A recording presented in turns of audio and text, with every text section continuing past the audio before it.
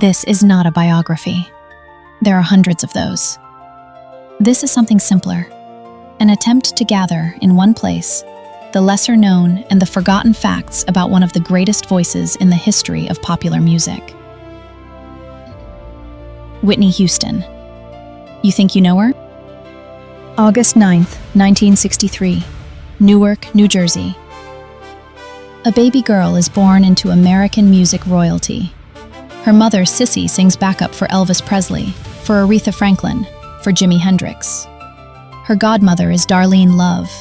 Her honorary aunt is Aretha Franklin herself. Her first cousin is Dionne Warwick.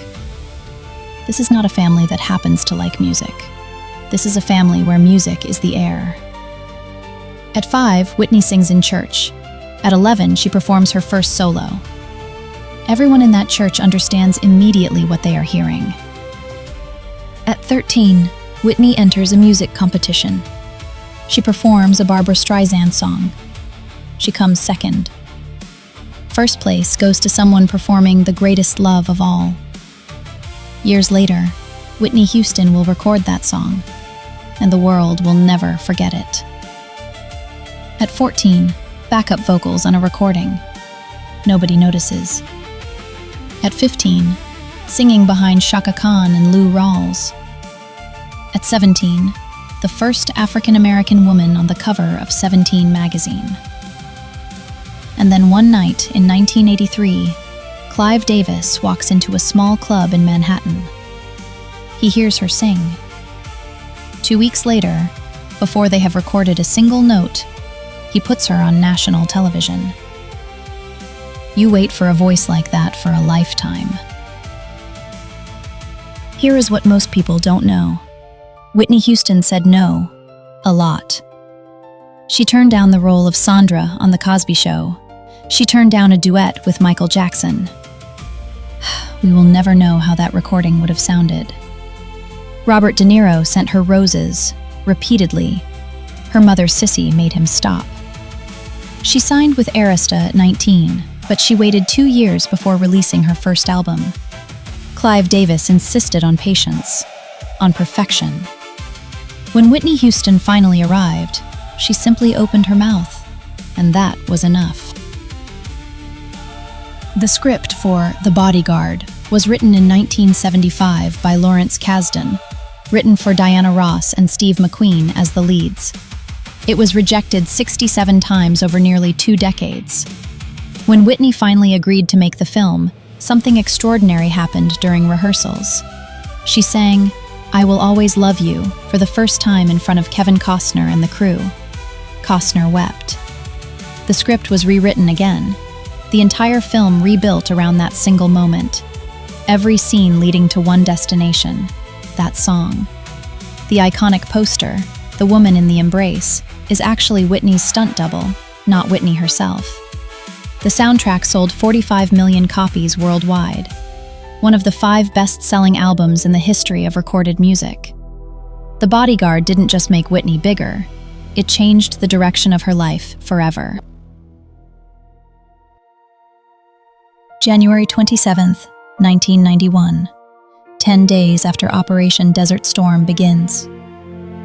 73,000 people in Tampa Stadium. 115 million watching on television. Whitney had planned to wear a black cocktail dress. She showed up in a white tracksuit and Nike sneakers. Here is the truth most people still don't know. The performance was pre-recorded. Standard practice for large stadium events. The professionals in the industry knew. Nobody hid it. But what came out of those speakers that afternoon was one take. Inspired by Marvin Gaye. Performed by a woman in a white tracksuit who understood exactly what her country needed to hear. Military families around the world wrote letters. Arista released it as a single.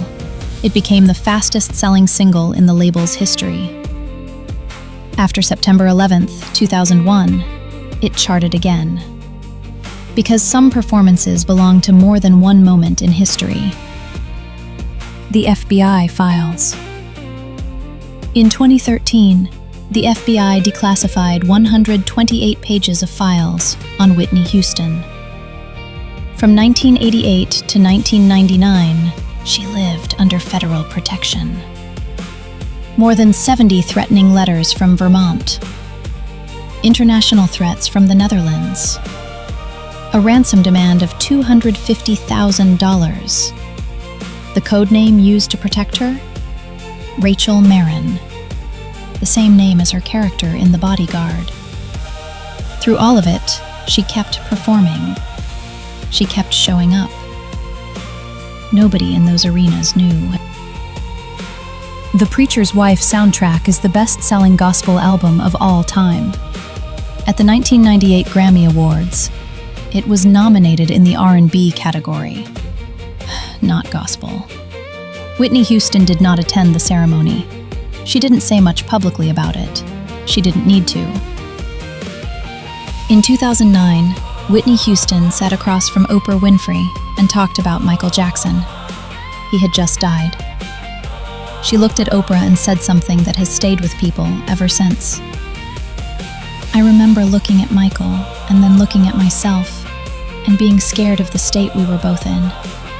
Neither one of us should have gotten to that point. Two of the greatest voices of their generation, understanding each other's pain in a way almost no one else could. Whitney could not attend Michael's memorial service. Some griefs are too private for public stages. Part 9. The Records. 7 consecutive #1 singles on the Billboard Hot 100, more than the Beatles. She is the only artist in history to achieve this. 200 million records sold. The Guinness World Record for the most awarded female artist in history. She inspired Beyoncé, Mariah Carey, Ariana Grande, Jennifer Hudson. The voice that changed what was possible. Whitney behind the curtain. Her nickname was Nippy, given by her father because she kept throwing her blanket off in her sleep. She held an honorary doctorate. Dr. Whitney Houston. Her favorite cereal was Fruity Pebbles. She loved sushi and Pop-Tarts. She loved to vacuum. She personally called Alicia Keys because she loved her music. That friendship produced Million Dollar Bill. She co-produced The Princess Diaries. She was executive producer of Cinderella alongside Brandy. Her brothers toured with her. Her sister-in-law managed her. She built an empire. On March 4th, 1993, Whitney Houston becomes a mother. You really don't live for you anymore. You're living for your children. After the divorce, Bobbi Kristina becomes her closest companion. Ellen LeVar, a close family friend, said, Bobbi Kristina became Whitney's friend, confidant, and her protector. The daughter protecting the mother. 3 years after Whitney's death, Bobbi Kristina is gone too. Some stories don't offer comfort. They only offer truth. On the last day of her life, Whitney Houston was planning a surprise birthday party for Brandy. She was thinking about someone else. That was Whitney Houston, not the tragedy, not the fall. A woman who said no to The Cosby Show, no to Michael Jackson, no to Robert De Niro's Roses, who broke every record the Beatles set, who sang a national anthem in a white tracksuit and made 115 million people cry, who built an empire. In 2025, a hologram of Whitney Houston began touring America. The arenas are full. The world never stopped listening. It never will. This has been Hidden History Worlds.